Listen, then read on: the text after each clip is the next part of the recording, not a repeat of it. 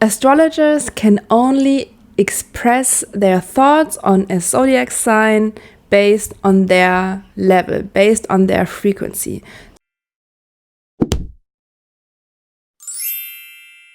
Hello everyone, my name is Tara, and in this video we are going to talk about why astrology is not working for you. Or better said, what you might need to know so astrology can work for you.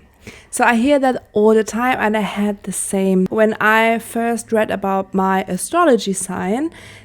I'm a Virgo. I was born in September, so I read about the Virgo and I felt I'm not that boring. I'm not just an analyzing, overthinking, nitpicky, detailed person. There's so much more to me. And I feel that we all tend to think that when we first read about our zodiac sign.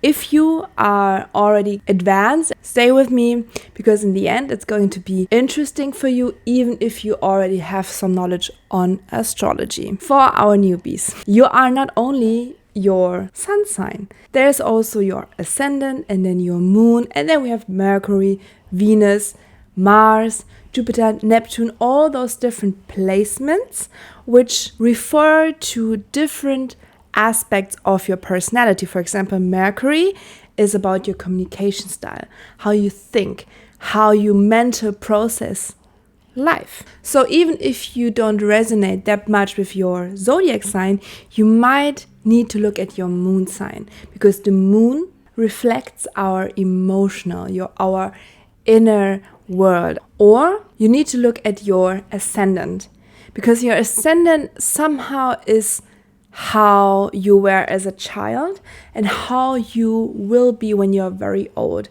It's almost like the start and the end of your life, and how other people may see you, may perceive you. Astrologers can only express their thoughts on a zodiac sign based on their level, based on their frequency. So if you vibrate relatively low, your explanations, your view, your perspective on the different signs will be in low frequency. I tend to see that a lot with Capricorn and Virgo perspective, but also with Cancer or Pisces. I think those are very misunderstood signs. For example, Capricorn is always narrated as this career-driven, money-motivated, very diligent, hardworking person.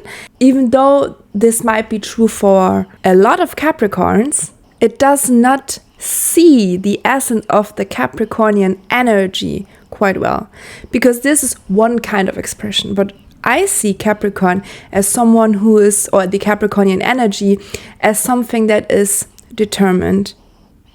But this does not need to be expressed in the monetarily or career-wise. Capricorns are very focused, stubborn. They work hard. But for example, one of my best friends, she's a Capricorn, and she's not like going on a normal career path, but she is one of the most straight and consequential people.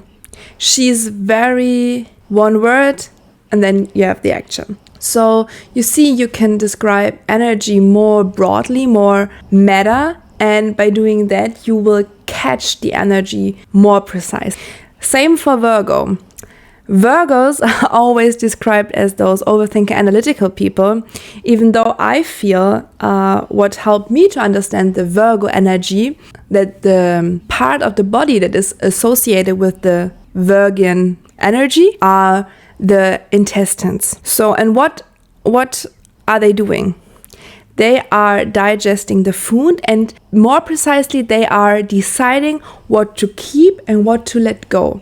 So they look at every part of your food basically and analyze it and make decisions, keeping or letting go. And that's why Virgos tend to be so detail-oriented or so analytical, because everything passes their view, and in order to do their job right, they need to look at everything very precisely and make decisions, what to keep and what to let go. And if our intestines would not do that, the way it does, we would die because we need the right things out of our food.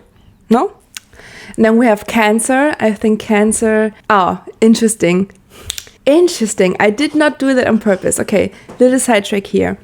I personally believe that there are only 6 zodiac signs because we always have 2 opposing energies. For example, Cancer and Capricorn and Virgo and Pisces. From my point of view, we have 6 zodiac signs, 6 kind of energies, and then those 2 opposing energies are like the 2 sides of one coin. For example, as the Virgo energy is very like mind focused, very detail oriented, very down to earth, very grounded.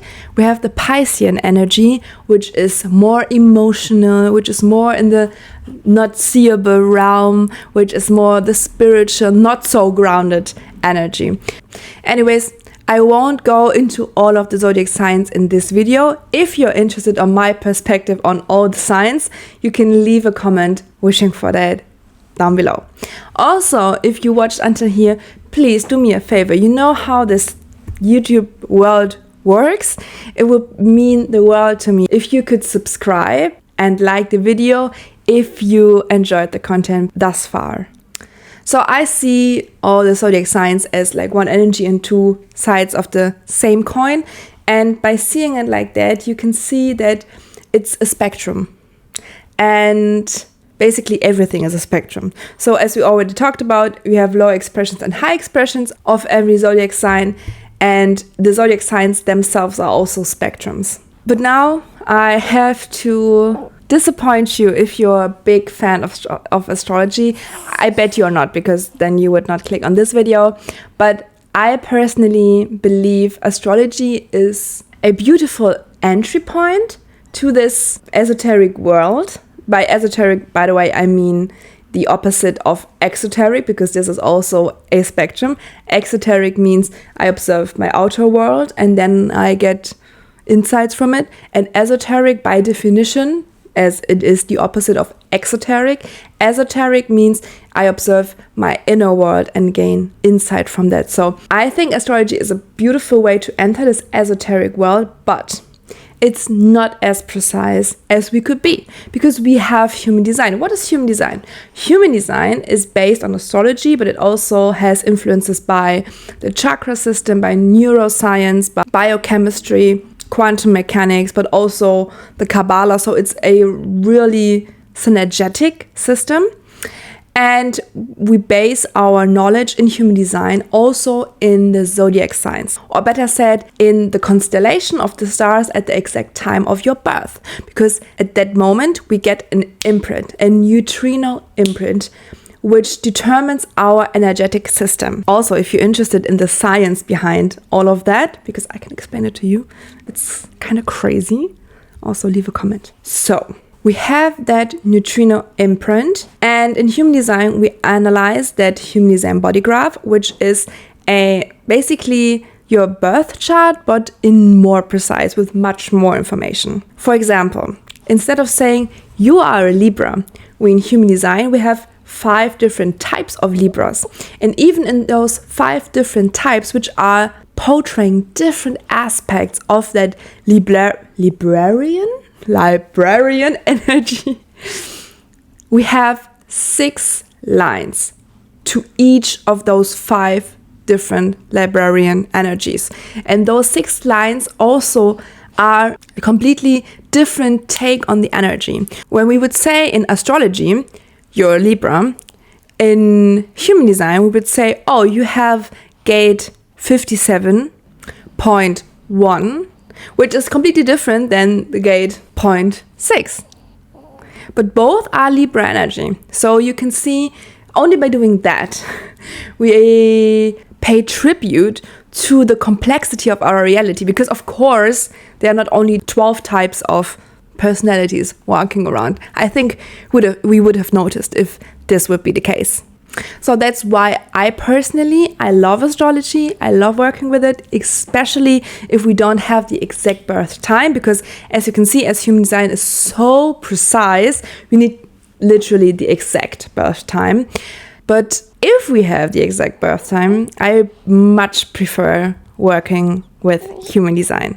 Last but not least, I think the number one reason why people tend to dislike astrology and also dislike human design and feel like, oh, that doesn't fit, that doesn't sound like me, is because people most of the time identify with their coping mechanisms, with their trauma responses, with the personality that they've created during their childhood. What do I mean by that? We were born, we were imprinted, we got our birth chart, our human design chart, which determines our natural self, our energetic blueprint. This is how we work all the time. This is like I have 5 fingers. Even if I would have learned in primary school that I only have 4 fingers, in fact, I will always have 5 because I have 5. This is just like who I am. And you can imagine our birth chart, our human design astrology chart, and our coping mechanisms are working exactly the same. So we are that. We are our energetic system that we just are, our natural self. And then we learn stuff about ourselves. And then we tend to believe that and forget that we have actually 5 fingers instead of 4. It's a very fucked up thing that happens, actually. It's really fucked up. We as children, and I'm, as you might realize, I'm a mother now, and I see that as a huge responsibility. And I'm very curious to explore how raising children with all that knowledge will play out. So we'll see. But basically what happens as we are children, we are 100% dependent on our caregivers. And if our caregivers are not that conscious, they tend to place their own expectations, their own unfulfilled needs onto their children.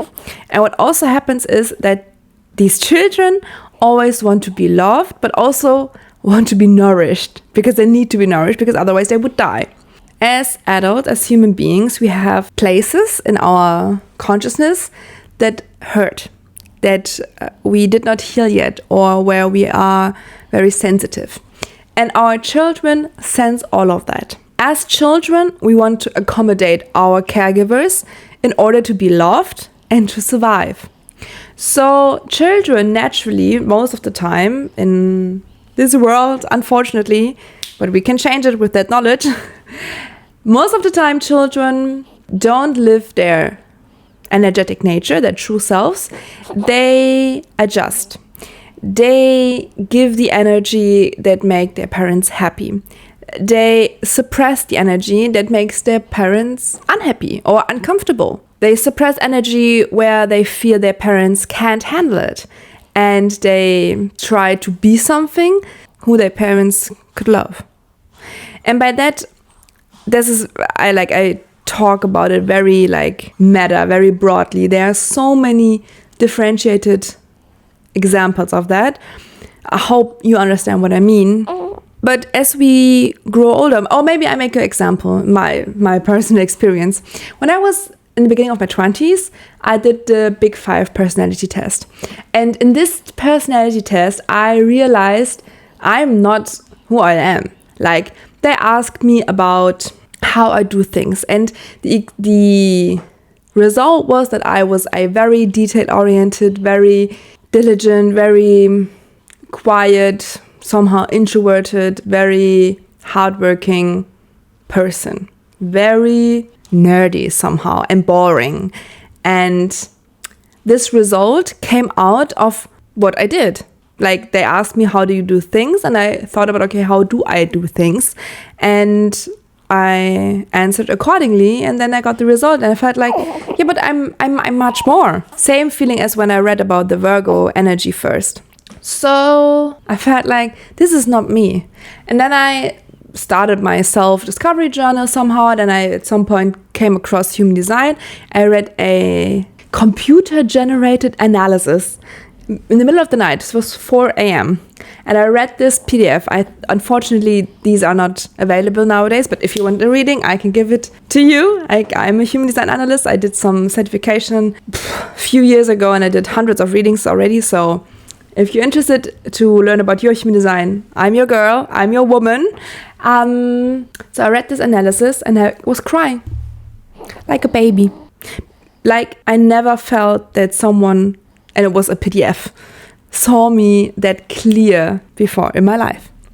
So what happened? When I did the Big 5 personality test, I was living and behaving like my learned self, like my personality that I created to cope. The personality I created to hide my real personality, my real true self. This was my personality that I created in order to survive and get along in society, in school, with my parents, everything. But something in me recognized in that moment that is not true. That's not who I am. And when I read the PDF, I remembered. So what we are doing in this work is we try to decondition ourselves. We try to forget and relearn. We try to forget what we learned about ourselves. We try to forget all the limiting beliefs, all the beliefs of what we can and cannot do. And we try to relearn to just be ourselves. And the beautiful thing about that is that being your true self does not take effort. And if you're highly conditioned, if you had a very difficult childhood, or even worse, if you think you had a great childhood, because most people did not have, you might be still identified with your coping mechanisms, with your learned personality, and therefore it will take time and contemplation and deep inner work and inner child healing and maybe therapy or coaching, what depends on how traumatized you are, to let go of all the shit and allow, because it's really just allowing yourself to be yourself. So this was this video. I hope you enjoyed it. Please do all the YouTube things. Do me a favor. It would be great. And I'd love to see you in the next video. And also I'd love to hear from you in the comments. What are your thoughts on that? This is not I don't want to only talk to you. I really would love to respond to your responses. So what are your thoughts? And yeah, see you in the next video. Have a good one. Bye.